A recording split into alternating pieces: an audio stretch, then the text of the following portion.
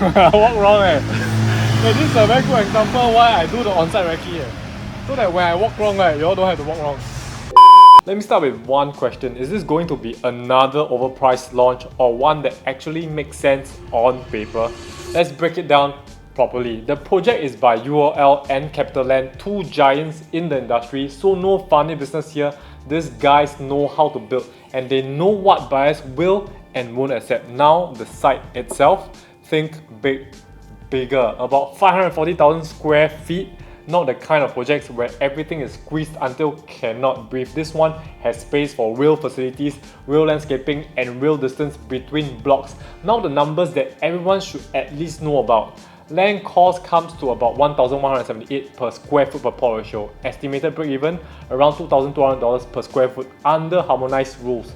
In simple terms, it won't be cheap, but it also can't be nonsense expensive. Height-wise, looking at nearby projects like Flame Tree Park and Thomson Grand with similar plot ratio, we are probably seeing 20 to 28 stories. So higher floors should get proper openness. Not window open, already can borrow soy sauce and salt from neighbor, that kind. So we have strong developers, big land, numbers that make sense. The only real question left, does the launch price respect you as a buyer? Let's get into that in a bit. Hi, I'm David. Now, most buyers think they have to choose make a profit or focus on the family, but honestly, you can have both. That's exactly what I helped my first-time private buyers and HDB upgraders achieve. So if you want a property move that gives your family the lifestyle they want and sets you up for long-term gains, make sure you hit that subscribe button or just reach out to me directly. I'll be happy to guide you. Alright, moving on. Let's be honest, the real reason everyone is watching is Thomson View version 2. Before we start, these are the 5 things I'll score this review on. Location. This is not just somewhere in Upper Thomson, this is one of those rare pockets where everything just lines up. Mature estate, MRT, good school, all in one place. Nature, and they are not your usual park. You are right next to Bishan Ang Mo Kio Park and Windsor Nature Park. Not those small neighborhood parks. These are proper lifestyle parks. Jogging, cycling, picnic with family, walk your dog, all there. Transport wise, good now, but better later. You have the Upper Thomson MRT on the Thomson East Coast Line, direct to Orchard, Marina Bay and CBD area. And when Bright Hill becomes an interchange, this area becomes even more accessible in terms of connectivity wise. Convenient now, but future-proof later. In terms of daily life, everything is already here.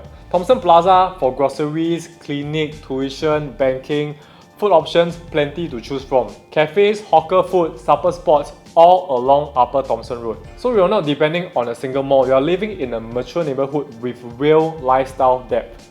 For school and hospital, family buyers, please take note. Within 1 km of Ai Tong, near Catholic High, RI, Mount Alvernia Hospital nearby, good school plus good hospital in one area, hard to find it. Developer and design quality. Alright, before we even start talking about layouts, pricing, everything, we need to talk about the people who are actually building this thing, because the developers matters more than most buyers realize. For Thomson View, the developers are UOL and CapitaLand, and honestly, if you care about construction quality and long-term value, this is pretty much the giants of Singapore real estate. UOL has been in the game for over 50 years and they are known for one thing: consistency.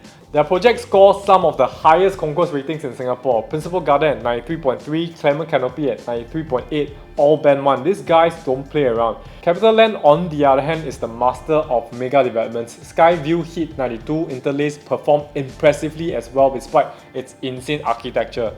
So on one side, we've got UOL, king of workmanship and greenery. On the other side, CapitaLand, titan of scale and iconic design. Put them together and you get a project that quality-wise is probably one of the safest bets you can make today. But, and this is important, even with top developers, no project is all sunshine and rainbows. Let's talk about the land shape. Because honestly, Thomson View's land parcel is a bit weird. It's long and stretched, and the previous design had this problem where residents near Xinmin Avenue were so far away from the main facilities, it felt like they needed to take a shuttle bus just to go for a swim lane. So the big question is, how are UOL and CapitaLand going to reposition the blocks and facilities so that every resident benefits, not just the people in the good stacks? I'm genuinely curious to see how they solve this because with such an irregular layout, you need a very intentional site plan or else you'll end up with pockets of residents feeling like second-class citizens in their own condo. And to be fair, even top-tier developers like UOL and CapitaLand have their weak spots. CapitaLand sometimes prioritizes bold architecture over practicality, meaning some layouts can get really odd. UOL is extremely consistent, but their premium finishes aren't always as luxury as the marketing makes them sound. Both developers, when handling huge sites, sometimes focus heavily on the grand zones. Clubhouse, pool landscaping, and a few blocks might end up less privileged in terms of views or distance to facilities. So yes, they are excellent, but they are not flawless, and with a messy 1,200 units project on an odd-shaped plot, execution is everything, but overall developer reputation doesn't just affect your experience at TOP, it affects resale value, rental demand, and how the project ages over the next 10, 20, 30 years. In this regard, UOL and CapitaLand still gives me a very high level of confidence. If you want a project where you don't have to worry about the roof leaking or the pool closing every 2 months, these two developers are as unsingitian as it gets.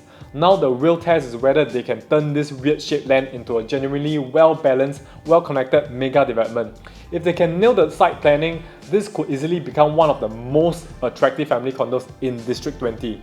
Now for pricing, value and layout, let's talk about pricing. I want to compare Thomson View with something you already know, Jadescape. Jadescape bought its land at around 747 to 791 per square foot per plot ratio, and break-even was about 1,076 per square foot. They launched around the 1,700 XX per square foot range, which means they priced almost 60% above break-even. But here's the thing, that was a hot market, low interest rates and crazy demand. Thomson View is very different. The land already costs about 1,178 per square foot per plot ratio, and break-even is roughly $2,200 per square foot. Now if you use the same Jadescape formula, you will get 3,000 plus per square foot. But let's be honest, that one is not realistic for family housing in RCR today.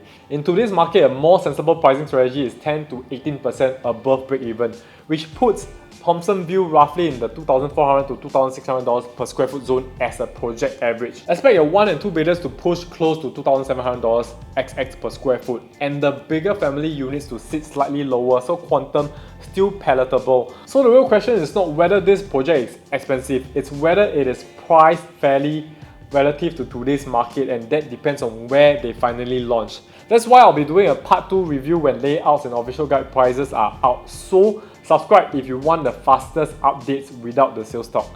Now, one more thing most people don't realize.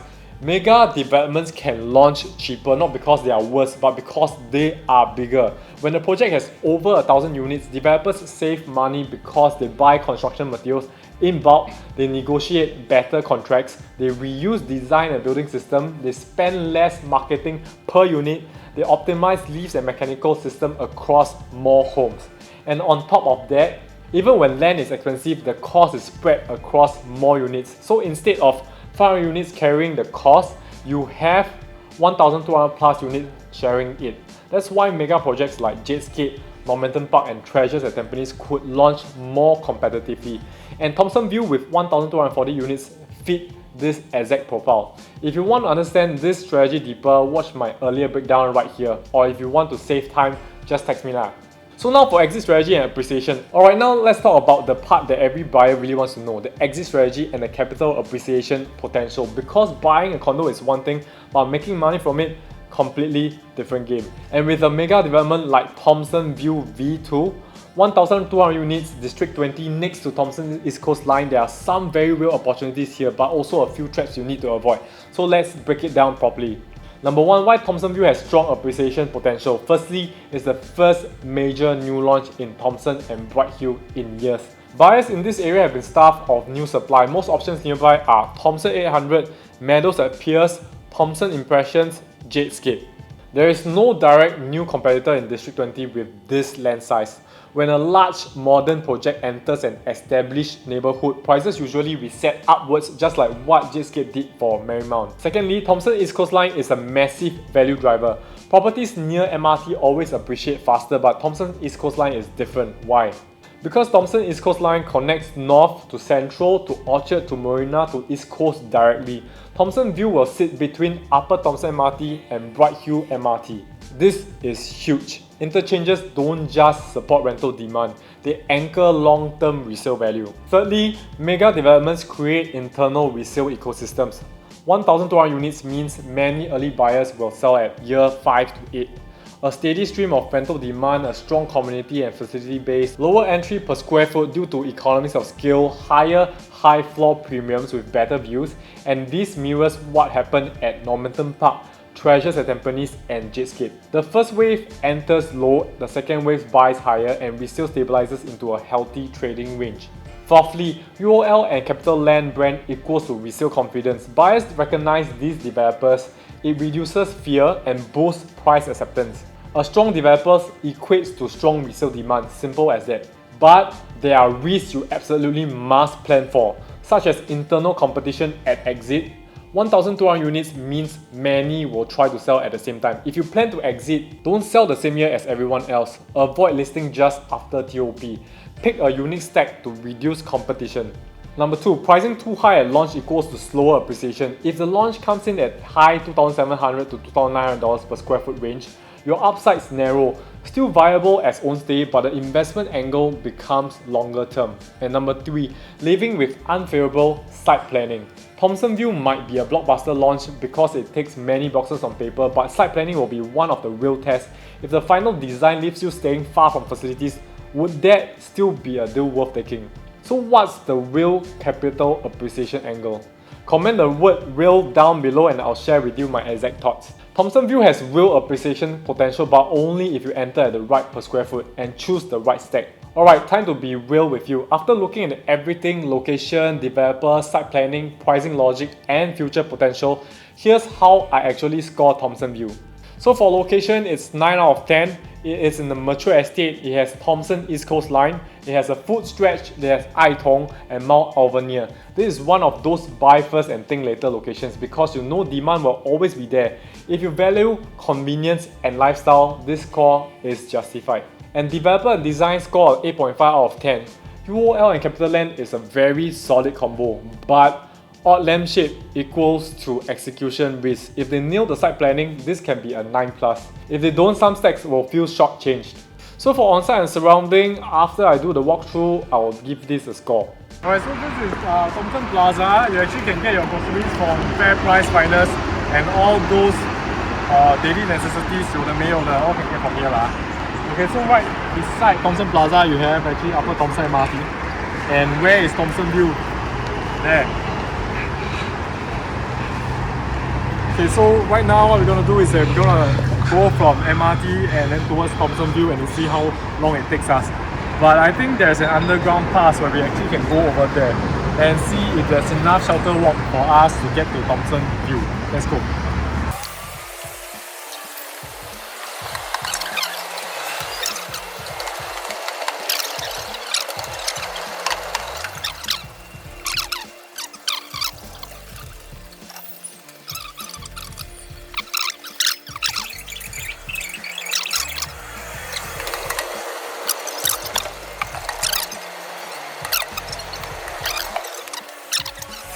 The opposite exit right now, and then we'll see how much shelter walkway we get.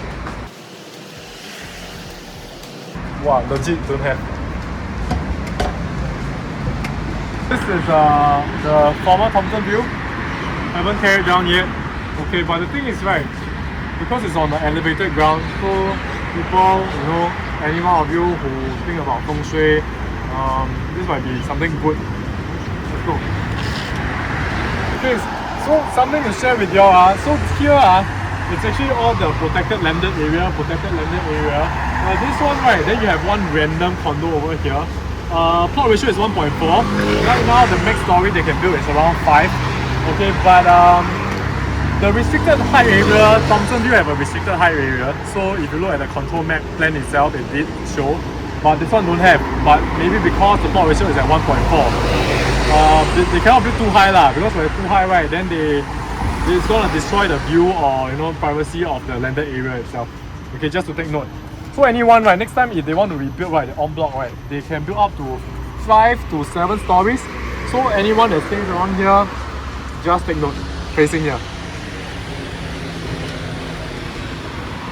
Wow, I walk wrong Hey, this is a very good example why I do the on-site recce So that when I walk wrong, right, you all don't have to walk wrong. Now we go and see the actual one. So there's like cluster housing, this like line of cluster housing right now is either facing partial west sun or partial east sun. Or because they are cluster, right, they are on the lower level, they are short lah. So basically they don't get a lot of like sun or maybe the noise itself. But next time, right, if you are looking for a landed view, right, north-south facing, right, the south facing one, right, the one that see the landed enclave, right. This is noise. Can accept or not? I mean, up to you lah. It's still a very nice view. But the north side will be facing other blocks, other buildings. Okay, moving on. Okay, so we went the wrong route. So this is back to square one. We're gonna go the other route and see how long it takes from the MRT towards Thomson View entrance. Let's go.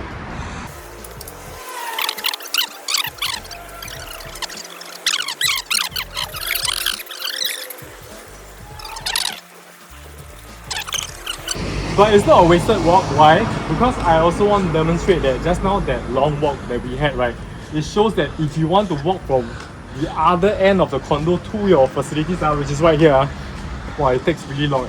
I think around 8-10 minutes also have.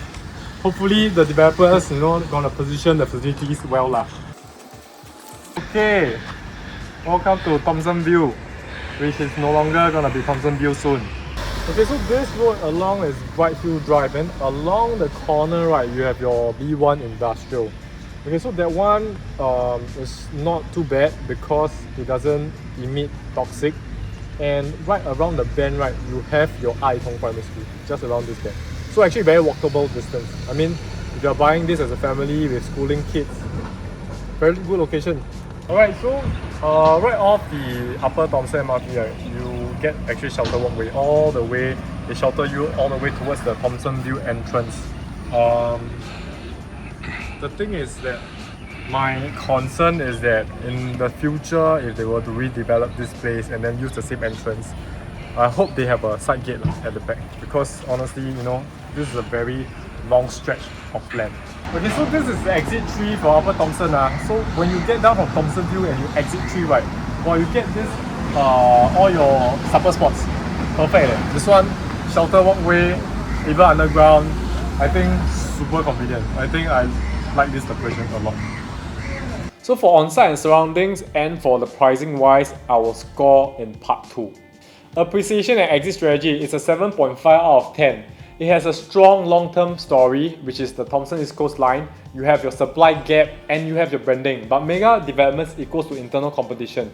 Your outcome depends a lot on unit layout, stack facing, entry price, and exit timing. Conservatively, if I base it off an exit of between 4 to 5 years, I'll give it a score of 7.5. So for the final verdict, as I don't have the floor plans and guide price, it's not fair for me to give it an overall score of right now, till part 2 is out. Alright, if you're serious about buying here, don't choose based on brochure, choose based on strategy. Message me before launch and I'll help you shortlist the best stack, advise on pricing strategy, tell you honestly which layouts to avoid, help you decide if this project even suits you.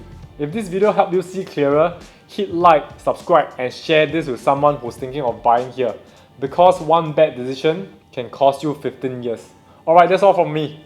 As always, representing your greatest asset to your greatest benefits, David signing off.